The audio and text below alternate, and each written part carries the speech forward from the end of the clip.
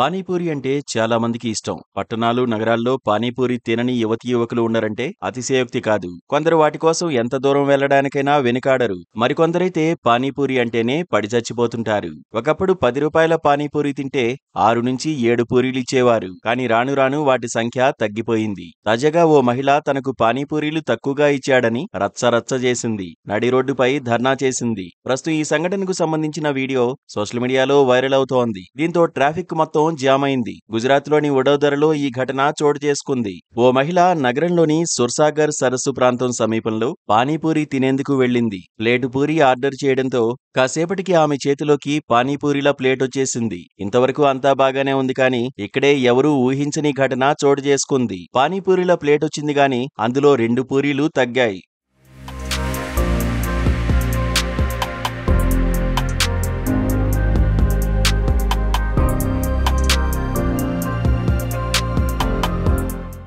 రూ. 20కు 6 పూరీలు రావాల్సి ఉండగా 4 మాత్రమే ఉన్నాయి.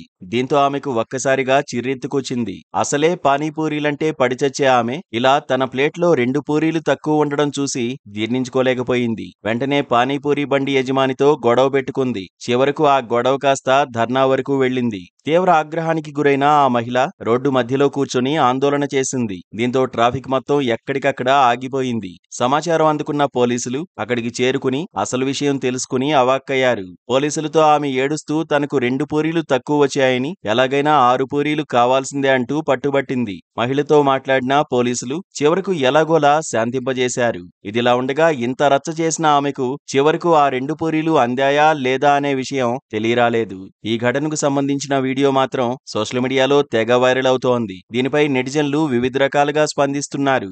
ఈమెకు చాలా పెద్ద అన్యాయం జరిగిందంటూ కొందరు, ఆమె పూరీలు ఆమెకు దక్కడం న్యాయం అంటూ మరికొందరు వివిధ రకాల ఎమోజీలతో కామెంట్లు చేస్తున్నారు.